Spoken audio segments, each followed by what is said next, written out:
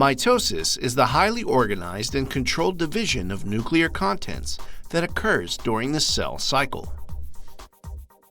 Mitosis is fundamentally important for proper organismal development and for tissue growth, maintenance, and repair. Disruption of this process has been indicated in certain diseases like cancer. Live cell imaging via time-lapse fluorescent microscopy is one of the most common methods of studying mitosis in labs today. In this video, we'll briefly introduce the phases of mitosis and then discuss experimental considerations for live cell imaging of this cellular process. A detailed data acquisition and analysis protocol will be shown, and we'll wrap up with a few applications of this technique. To better understand what scientists are looking for in these imaging experiments, let's first walk through the stages of mitosis. The cell cycle describes the overall process of cell growth and division. The mitotic phase represents one short portion of this cycle, which can be further broken down into 6 phases, namely prophase, prometaphase, metaphase, anaphase, telophase, and cytokinesis. During prophase, the DNA condenses into sister chromatids joined at the centromere. In the cytoplasm, 2 key organelles, referred to as centrosomes, begin assembling microtubule structures, commonly known as spindle fibers, in a wheel-like pattern. The next phase, prometaphase, sees the breakdown of the nuclear membrane and assembly of a complex of proteins known as the kinetochore at the centromeres. This phase also witnesses the linkage of the spindle fibers with the kinetochores. In metaphase, the chromosomes line up at the metaphase plate, an imaginary plane equidistant from the 2 centrosomes. During anaphase, chromosomes break apart at the centromere, with individual sister chromatids migrating to the opposite ends of the cell. In telophase, the mitotic spindle disassembles and the chromatin begins to decondense. Finally, during cytokinesis, via contraction of an actin-myosin ring that forms the cleavage furrow, the parent cell divides into 2 daughter cells. With this understanding of mitotic progression, let's take a look at the practical considerations for viewing this process using live cell imaging. The first question to ask is how to label cells in order to visualize mitosis. The most commonly employed tags for this experiment are fluorescent molecules which absorb light at one wavelength and emit light at another wavelength. In order to label nucleic acids, one can use a cell-permeable DNA-binding dye like Hoechst. For labeling proteins such as microtubules, one can use fluorescently tagged antibodies. These are generally membrane impermeable, and therefore microinjection techniques are employed to insert them into samples. Another strategy is genetic labeling, in which cells can be manipulated to express fluorescently tagged proteins that label components actively involved in mitosis, such as chromosomes.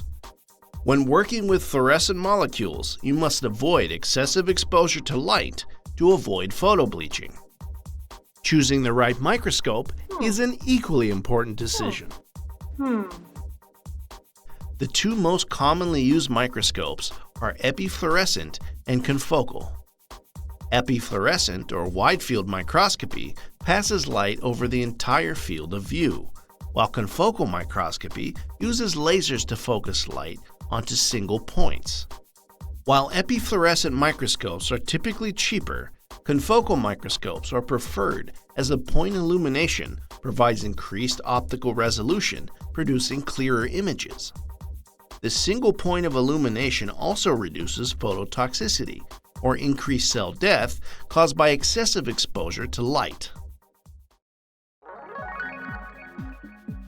Now that we've reviewed some experimental considerations, let's see how to run a live cell imaging experiment for visualizing mitosis. Cells should be cultured on glass-bottom dishes or on cover slips, which allows for the best visualization of mitosis. Next, they should be maintained in a controlled environment until labeling is performed. As mentioned earlier, the choice of labeling technique depends on the experiment at hand. After labeling, place the cell culture dish into the specialized chamber on the microscope. This allows cell culture conditions to be maintained during imaging. Next, depending on the labeling molecule, set the excitation and emission wavelengths on the microscope. For data acquisition, set up time points and position for image capture.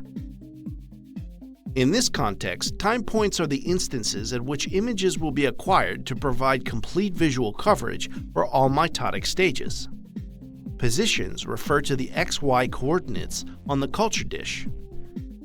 In addition, for each position, one can acquire images at different depths of field. Each image represents an optical slice on the z-axis, therefore they are collectively known as z-stacks. After entering all parameters, test the settings and then sit back and enjoy. Having acquired the time-lapse data, there are several ways to present it. Let's discuss a few of these ways. A montage is one of the most common ways to present time-lapse data where multiple images are arrayed in a grid-like pattern based on time. These can clearly show mitotic progression and allow researchers to determine information such as time spent in individual mitotic phases. Combining these images sequentially to make a movie can be a more dynamic presentation. Lastly, z-stacks obtained using a confocal microscope can be combined to present a 3D recreation of a sample. This can accurately reveal spatial relationships between pieces of the mitotic machinery. This is important since components that look next to each other in 2D may actually be far apart in 3 dimensions. Now that you know how to run a live cell imaging experiment, let's review some applications of this technique. Mitosis is an essential part of development. Here, researchers isolated embryonic mouse brains to observe mitosis in neuroprogenitor cells. Controlled division of these cells is critical for proper brain growth and function. Following isolation, brains were sectioned using a vibratome, stained with membrane-permeable nucleic acid binding dye, and imaged via confocal microscopy to clearly visualize mitosis of neuroprogenitor cells. DNA repair is a critical cellular process that is involved in cell growth and division.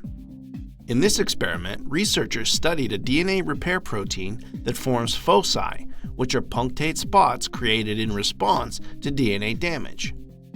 Results of live cell imaging and 3D analysis highlighted the localization of the DNA repair protein throughout the cell division process. Finally, researchers study mitotic checkpoints, which are pause points where cellular conditions are assessed before division continues. In mitosis, the spindle assembly checkpoint, or SAC, ensures proper connection between the mitotic spindle and the chromosomes. To study this, scientists microinjected SAC-inducing reagents into transgenic fly embryos and analyzed mitosis using live cell imaging. Results show arrested kinetochores demonstrating cells that fail to progress through mitosis.